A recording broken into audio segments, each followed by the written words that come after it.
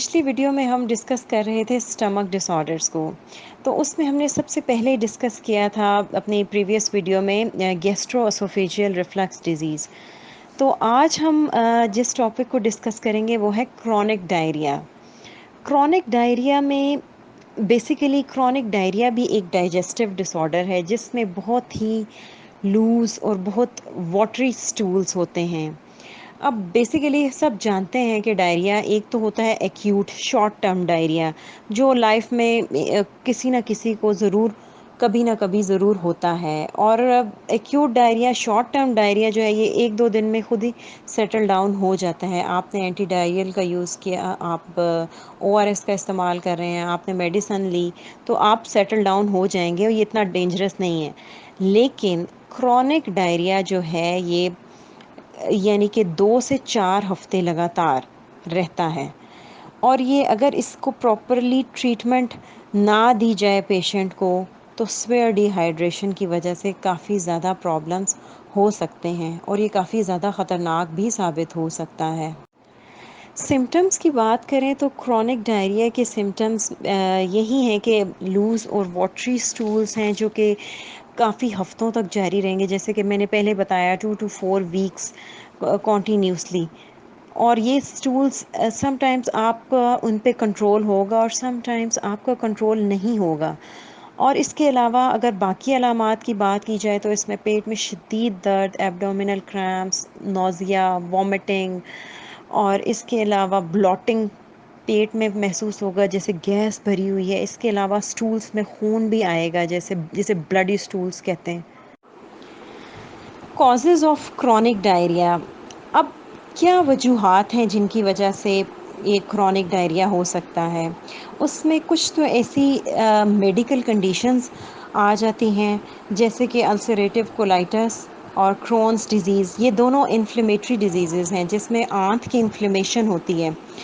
جو آپ کی بڑی آنت ہے اس کی انفلیمیشن یعنی سوزش وغیرہ ہوتی ہے. اس کنڈیشن میں بھی کرونک ڈائریا ہو سکتا ہے اور اس کے ساتھ ساتھ پیٹ میں شدید درد بھی ہوتا ہے.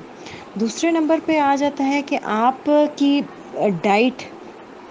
کی ڈائٹ میں کچھ ایسے انگریڈینٹس شامل ہو سکتے ہیں جو آپ کے ہاضمہ کی سپیڈ کو بہت تیز کر دیتے ہیں, ریٹ آف ڈائجیشن کو بہت سپیڈ اپ کر دیتے ہیں اور جس کی وجہ سے کرونک ڈائریا کا مسئلہ ہو سکتا ہے. اس میں جو کامن کلپریٹس آ جاتے ہیں اس میں ملک ہے, آرٹیفیشیل سویٹنر, ساربیٹول اور فرکٹوز وغیرہ. اور اس میں اس کے علاوہ کچھ میڈیسنز کا استعمال بھی ہے جس میں NSAIDs ہیں, اینٹی بایوٹکس ہیں, اینٹیسڈس ہیں. ان کے استعمال سے بھی کچھ لوگوں کو کرونک ڈائریا کا مسئلہ ہو سکتا ہے. ڈائبٹیز, گلوٹن یہ بھی گلوٹن کی سینسٹیوٹی جن لوگوں میں ہوتی ہے اس میں بھی کرونک ڈائریا کا مسئلہ ہو سکتا ہے. اور الکوہل ایبیوز. اور یہ تمام وجوہات ہیں جن کی وجہ سے کرونک ڈائریا ہو سکتا ہے. اور کبھی کبھی ایسا بھی ہوتا ہے کہ کرونک ڈائریا کی ریزن جو ہوتی ہے, جو وجہ ہوتی ہے وہ بالکل ان نون ہوتی ہے, وہ نہیں معلوم ہو سکتا کہ وہ اس کی اصل وجہ کیا ہے. اب ہم ٹریٹمنٹ کی بات کرتے ہیں. ٹریٹمنٹ میں اینٹی ڈائریل میڈیکیشنز آ جاتی ہیں جو کہ اس میں سے کچھ تو ہیں جو اوور دا کاؤنٹر میڈیسنز ہیں جو وداؤٹ پرسکرپشن بھی استعمال ہو سکتی ہیں. وہ اس میں بسمت ہے جو پیپٹو بسمول کے نام سے آ رہی ہے, اور اسی طرح لوپرامائڈ ہے ایموڈیم کے نام سے.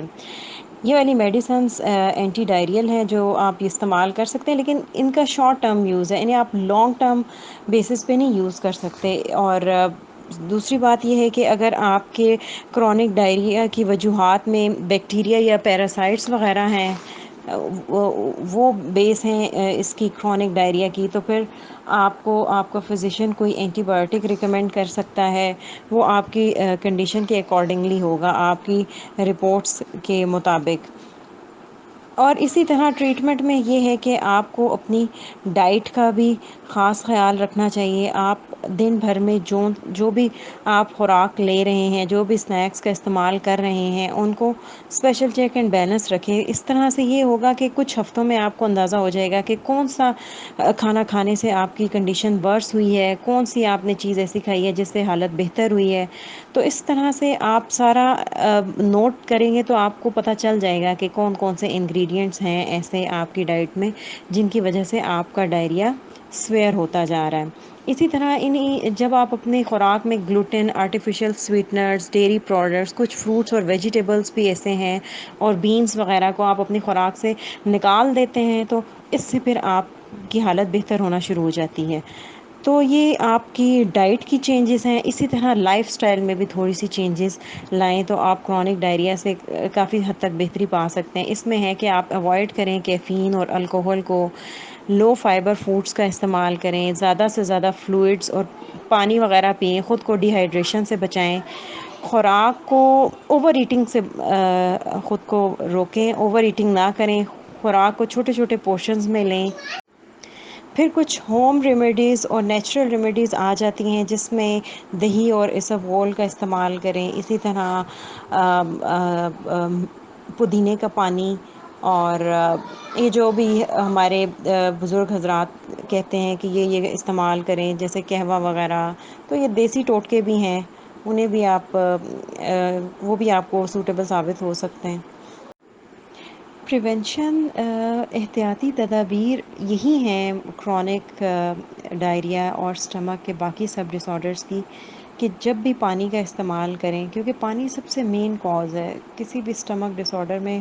پانی بہت امپورٹنٹ کاز ہے اور پانی ہمیشہ صاف ستھرا استعمال کریں، فلٹرڈ واٹر ہو یا پانی بوائل کر کے یوز کریں. اور اسی طرح جب بھی آپ گوشت خریدیں اس کو صاف ستھرا کر کے پھر اس کو کوک کریں، اور اسی طرح گوشت کا کوکنگ ٹائم بھی پراپر ہو، ادروائز یہ بھی ڈائریا کوز کرتا ہے. اسی طرح اپنے ہاتھوں کی صاف صفائی کا خاص خیال رکھیں، کچن کے سرفیسز اور کچن کی صفائی کا خاص خیال رکھیں. جب بھی فروٹس اور ویجیٹیبلس لے کر آئیں انہیں اچھی طرح واش کریں اور اسی طرح اپنے ہاتھوں کی صاف صفائی کا خاص خیال رکھیں. اسی طرح جب آپ کسی بیمار بندے سے مل کر آتے ہیں تو آپ گھر آ کے اچھے طریقے سے ہاتھ صاف کریں.